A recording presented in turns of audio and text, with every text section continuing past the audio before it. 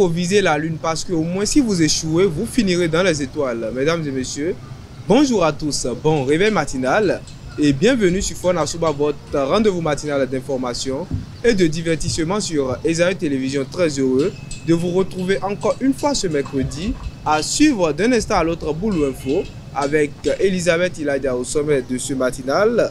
À Bokeh dans le Borgou, un jeune de 15 ans est mort lors d'une violente altercation entre bouviers de villages voisins à Abidjan.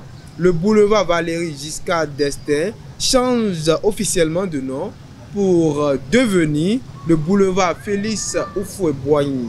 En Centrafrique, le parti présidentiel MCU organise un rassemblement pour soutenir un troisième mandat de Faustine Archange Touadéra.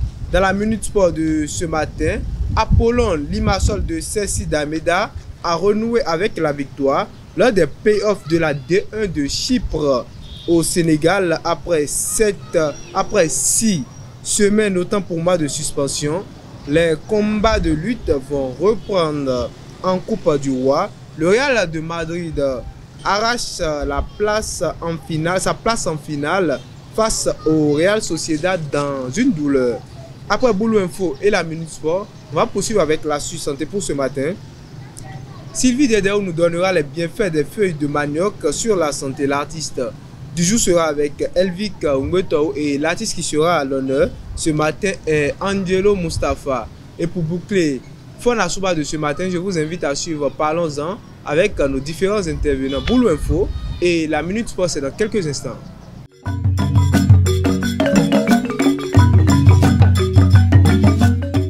Boulou Info, c'est avec vous, Elisabeth Iladia. Bonjour. Bonjour Mouidine. Bonjour à toutes et à tous et bienvenue dans Boulou Info.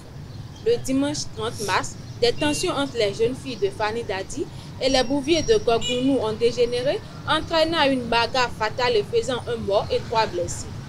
Après l'incident, les bouviers de Gorgounou ont fui et les autorités locales prennent des mesures pour éviter de nouvelles violences.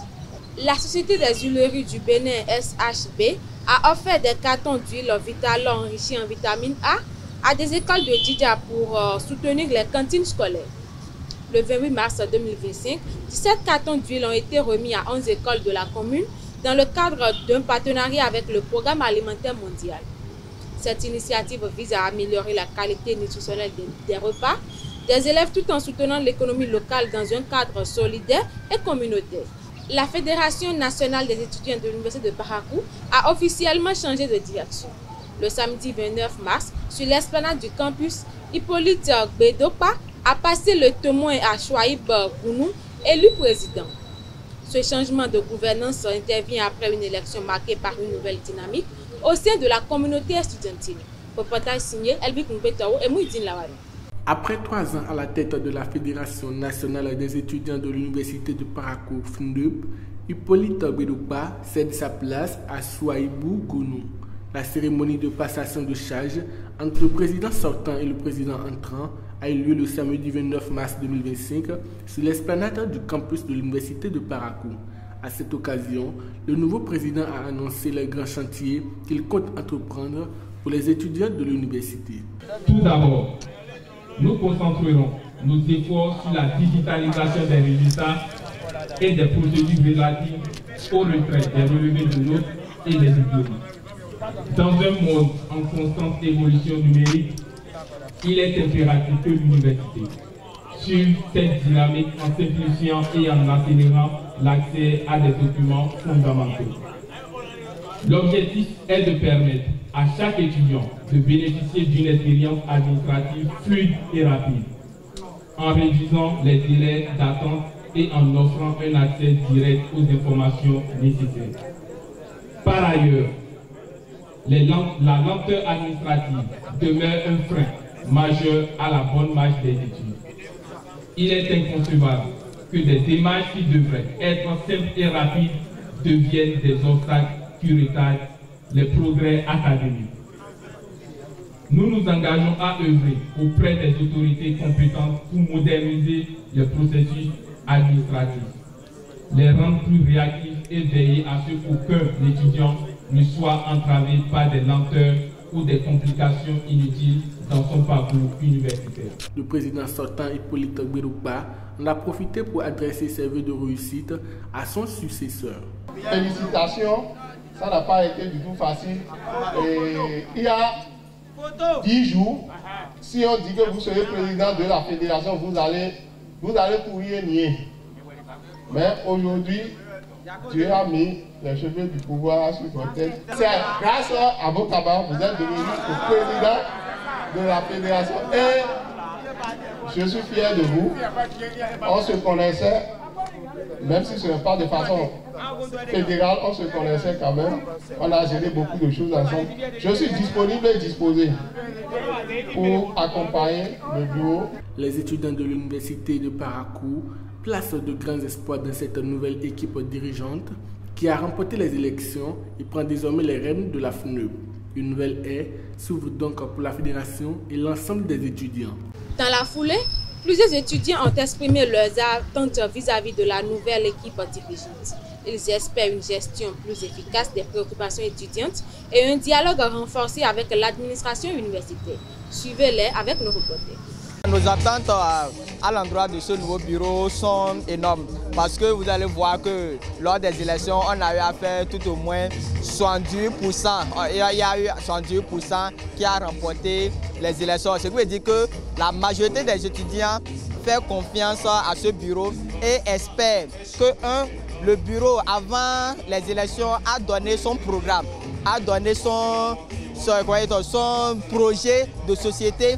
On attend à ce qu'ils puissent respecter cela. Je vais les inviter d'abord à l'impartialité parce que ce n'est jamais facile de gérer les ressources humaines.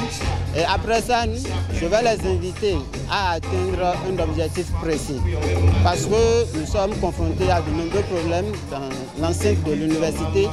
Et s'ils peuvent nous aider à atteindre des objectifs concrets et aussi nous aider à trouver des solutions dans des brefs délais pour nos différentes pièces qu'on va retirer afin de nous faciliter l'insertion professionnelle. Pour ce nouveau bureau, je pense que le nom l'indique déjà, nouvelle dynamique, c'est une nouvelle perspective, c'est une nouvelle méthode, c'est une nouvelle stratégie pour pouvoir mener un combat à l'endroit des étudiants.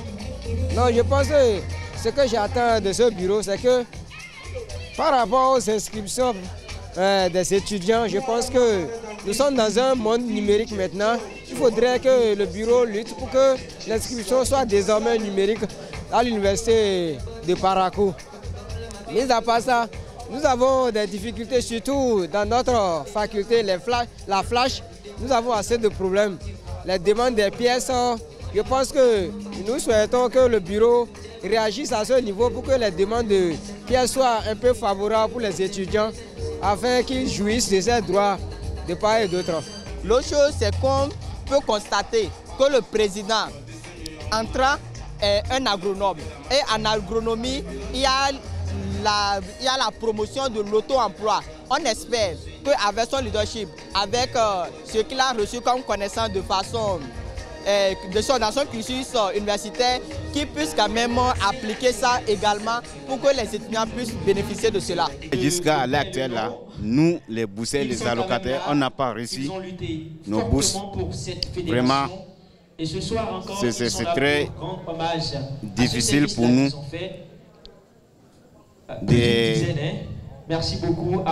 d'accéder à certaines choses. Parce qu'à l'heure actuelle, ça chauffe sur le campus. Hors de nos frontières, le boulevard Valéry Giscard d'Estaing change officiellement de nom pour devenir le boulevard Félix Houphouët-Boigny. La transformation de cet axe vital de la capitale économique ivoirienne se poursuit avec l'installation de nouvelles plaques signalétiques, marquant la dernière étape du projet d'adressage lancé en 2017. Ce changement de nom, salué par les habitants, est l'un des aspects d'une vaste modernisation des rues d'Abidjan, bien que les anciennes noms persistent sur certaines plateformes de navigation. Et pour finir, en Centrafrique, le mouvement Cœur Uni a réuni près de 20 000 personnes à Bangui le 30 mars pour célébrer l'anniversaire de la présidence de Touadéra et l'appeler à briguer un nouveau mandat en décembre, conformément à la nouvelle constitution. Malgré les soutiens exprimés lors du meeting, l'opposition a prévu une marche pour contester cette possibilité. C'est tout pour l'info de ce matin. Merci de nous avoir suivis. Merci à vous, Elisabeth, pour l'actualité matinale, chers internautes. On continue avec la Minute Sport avec Elvic Ngweto.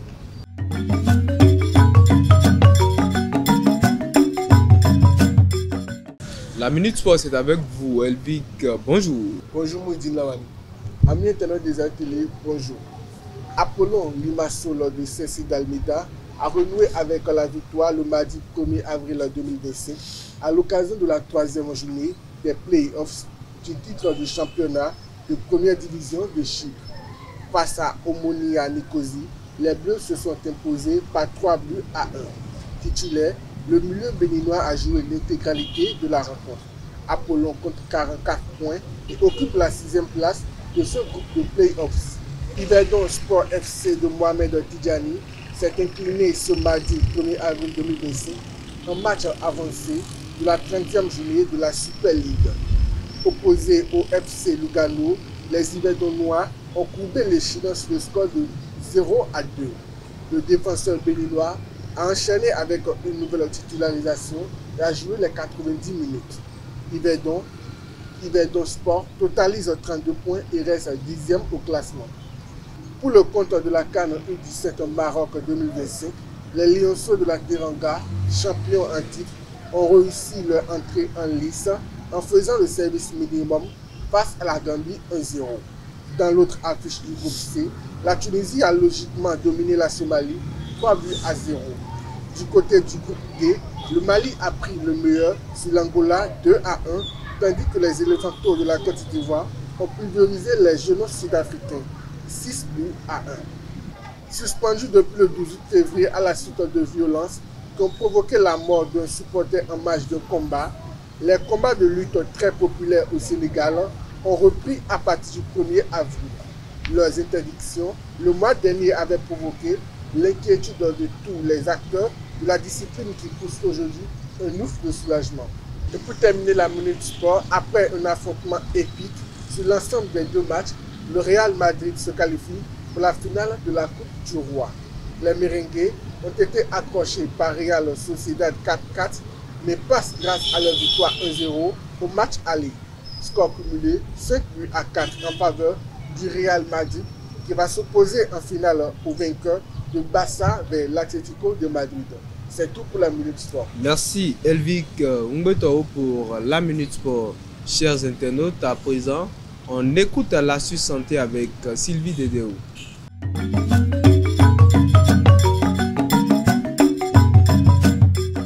L'astuce santé, c'est avec vous, Sylvie. Bonjour. Bonjour, Moudi. Amis internautes de Zéro Télévision, bonjour. Les feuilles de manioc, souvent méconnues, regorgent de bienfaits pour la santé. Riches en minéraux, vitamines et antioxydants, elles sont utilisées aussi bien en alimentation qu'en médecine traditionnelle. Découvrons ensemble ces vertus nutritionnelles et thérapeutiques. Les feuilles de manioc sont riches en nutriments. Elles contiennent des protéines, des fibres, des vitamines A, C et B, ainsi que des minéraux comme le fer et le calcium. Elles renforcent le système immunitaire. Grâce à leur teneur en vitamine C et en antioxydants, elles aident à combattre les infections. Les feuilles de manioc sont une source d'énergie. Elles apportent des glucides complexes essentiels pour maintenir une bonne vitalité. Elles ont un effet antioxydant. Utilisées en médecine traditionnelle, elles aident à soulager les douleurs articulaires et musculaires. Les feuilles de manioc sont un soutien cardiovasculaire. La présence de potassium favorise une bonne circulation sanguine et aide à réguler la tension artérielle. En somme, les feuilles de manioc sont un véritable trésor nutritionnel. Intégrées à une alimentation équilibrée, elles contribuent au bien-être général tout en offrant des bienfaits préventifs et curatifs. Une raison de plus pour redécouvrir ce cadeau de la nature. C'est tout pour l'astuce santé de ce matin. Merci Sylvie Dédéou pour l'astuce santé, chers internautes. Retourne du côté de Elvic Ngweto pour l'artiste du jour.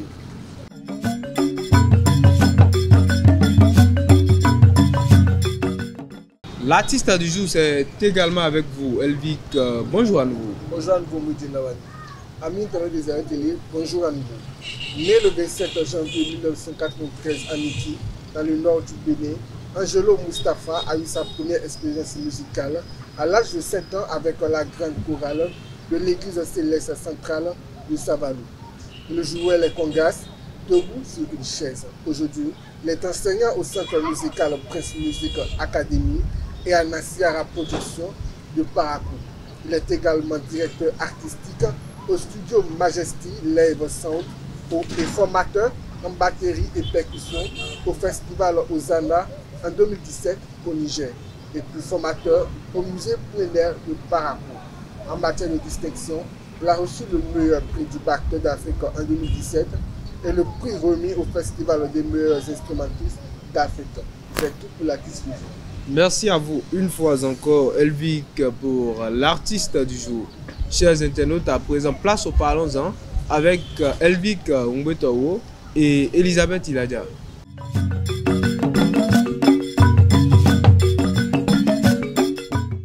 Agression sexuelle, faut-il sensibiliser les filles ou responsabiliser les garçons?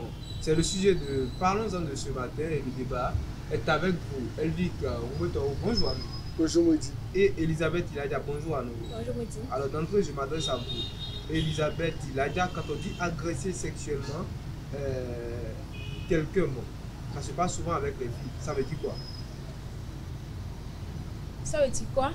Je crois que quand on parle d'agression sexuelle, c'est tout acte de nature sexuelle commis sur une personne sans son consentement.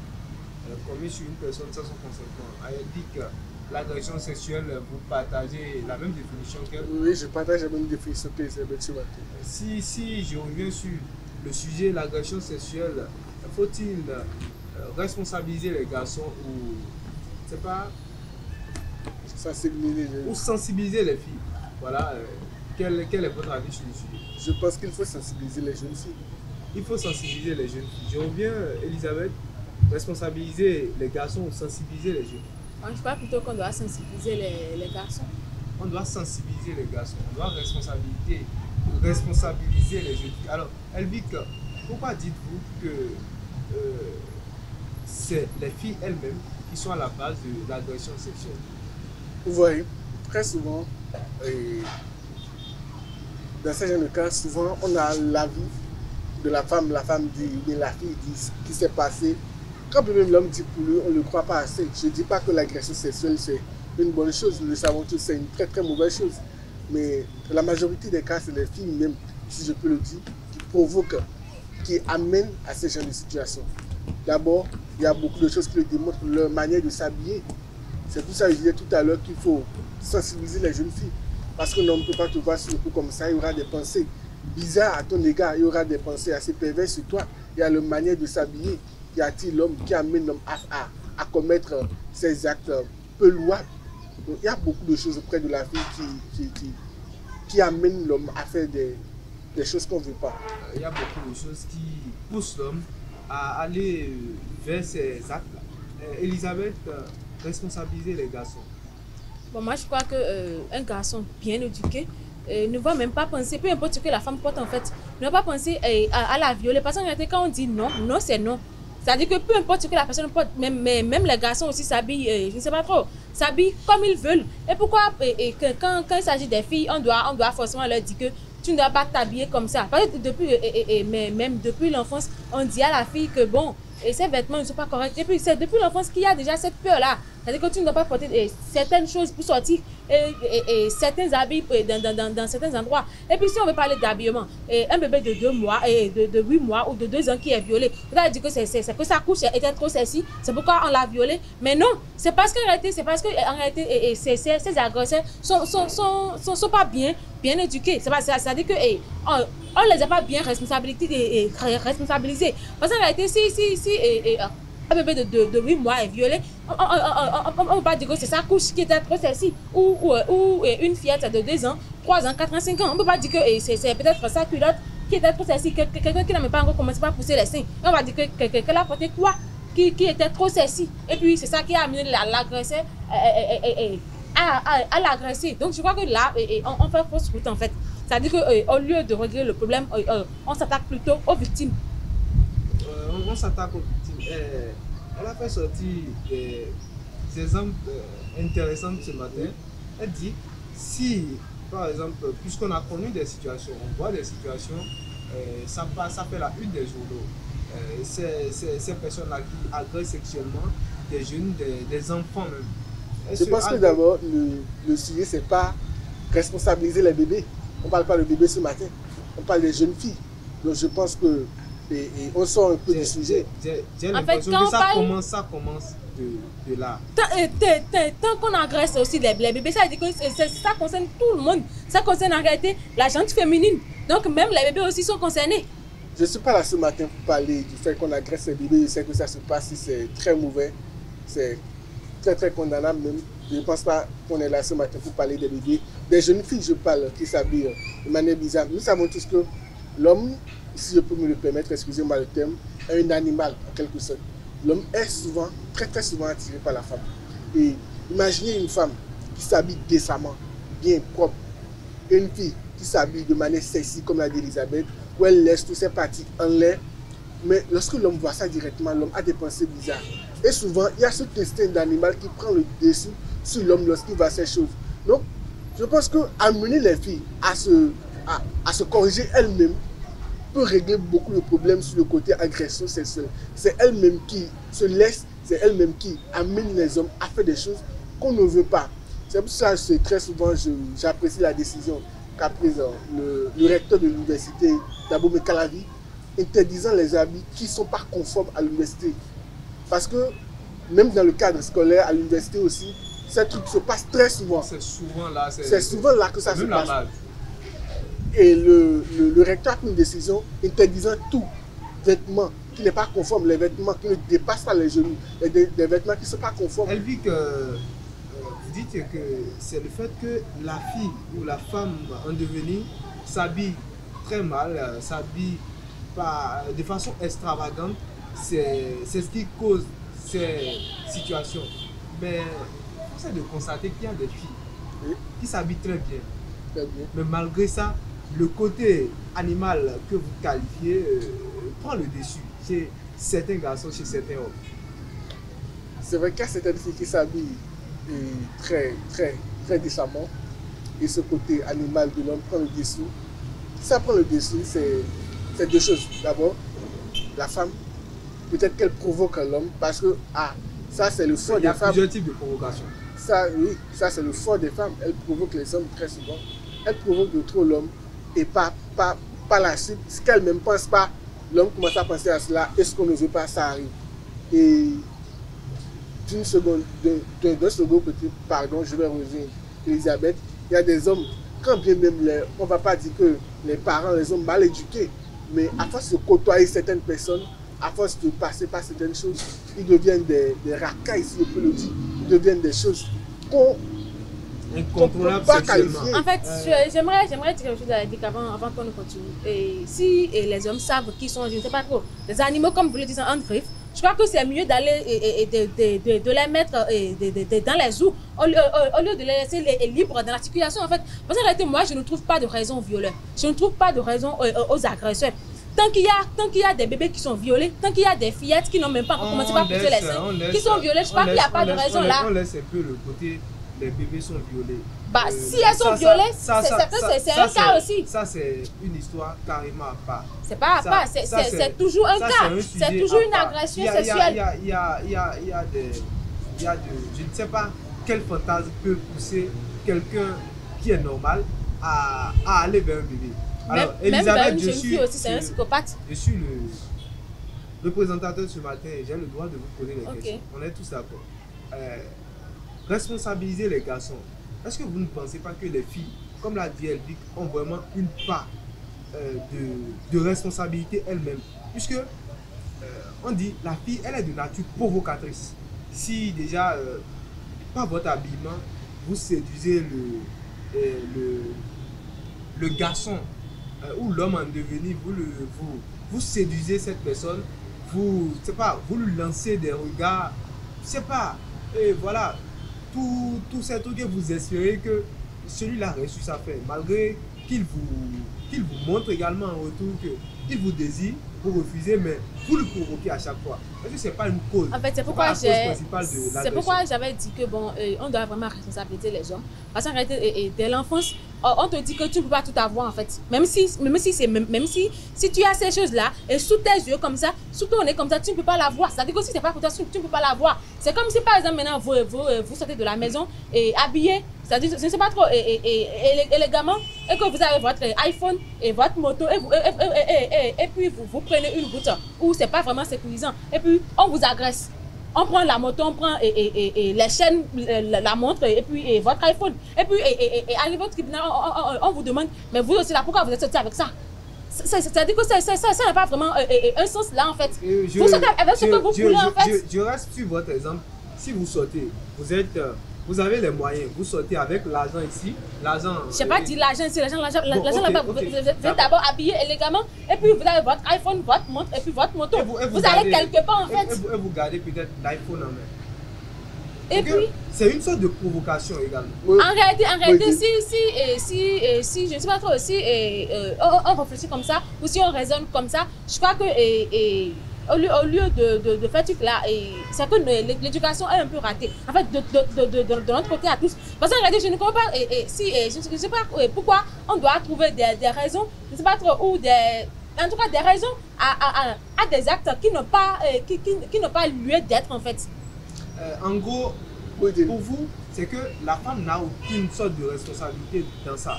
Peu importe ce que la femme porte, j'ai dit bien, peu importe ce qu'elle porte, même si elle sort je ne sais pas trop, peu importe ce qu'elle porte, ça ne veut pas dire que bon, qu'elle a écrit sur son dos, qu'elle a envie d'être violée.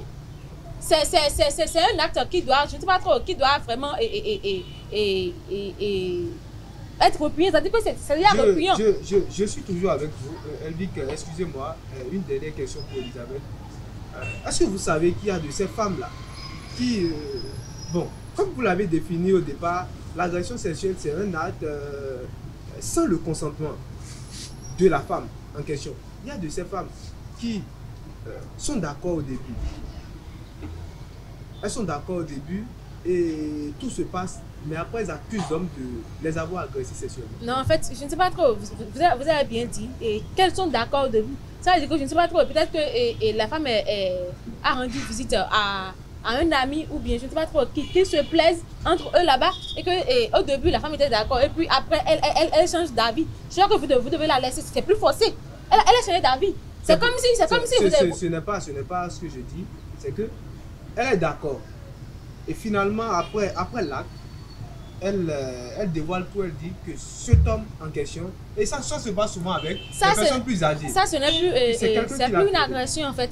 C'est-à-dire que si elle était d'accord, j'ai bien dit c'est sans le consentement de la personne. Donc si elle était d'accord, c'est plus une agression là. C'est plus une agression. Elle dit que je vois une sorte de chichirie de votre côté. Vous voulez... Elle disait, Elisabeth disait tout à l'heure que le garçon en question, le garçon, dans son exemple, est sorti avec son iPhone et sa moto. Il a bien dit, il a pris une route qui n'est pas sécurisante, une route qu'on sait qu'on ne peut pas pratiquer cette route. Et il a été agressé. Pourquoi, s'il n'y a pas de ça, pourquoi une femme qui sait qu'il y a des hommes qui agressent les femmes, elle sait qu'il y a des hommes qui violent les femmes, elles sont maintenant avec des choses qu'on ne peut pas porter. Elle fait des choses pour provoquer la personne. Elle-même sait que ce n'est pas bien ce que lui fait, mais elle le fait. En fait, je ne sais pas trop, vous dites qu'une route qui n'est pas praticable. Si on l'appelle une route, j'avais dit, qui n'est pas sécurisée, pas praticable. Si on dit que c'est une route, ça veut dire que toute personne peut passer par là. Donc si la route devient peu sécurisante, c'est parce qu'en réalité il y a des hommes ou je ne sais pas trop qui ont rendu cette route peu sécurisante. Donc c'est pas la faute à quelqu'un ou je ne sais pas trop. Donc en réalité si vous avez cette mentalité que bon des hommes sont des animaux et que bon leur instinct, je ne sais pas trop. Le mieux, c'est d'être au sous. Je vous rappelle, Elisabeth, que l'homme n'est pas le seul qui agresse. Il y a des femmes qui agressent également. Qui agressent comment? Qui agressent sexuellement? J'ai jamais vu un cas pareil. Quelques mots pour terminer. Bon, moi, je dirais que bon, au lieu de vouloir à tout prix sensibiliser les femmes, sauf si on veut les sensibiliser et à se défendre. C'est-à-dire que quand un homme t'approche comme ça, tu as déjà et des trucs à ta disposition pour l'anéantir. Si c'est pas cette sensibilisation, je crois qu'on doit plutôt responsabiliser les hommes, les éduquer depuis le bas âge, à savoir que même si la chose est sous tes yeux comme ça, si c'est pas à toi, tu peux pas la voir. C'est tout. Alvic, à vous je pense que les jeunes, les ONG, pardon, qui créent toujours harcèlement, elles sont là toujours à sensibiliser les filles, c'est une bonne chose.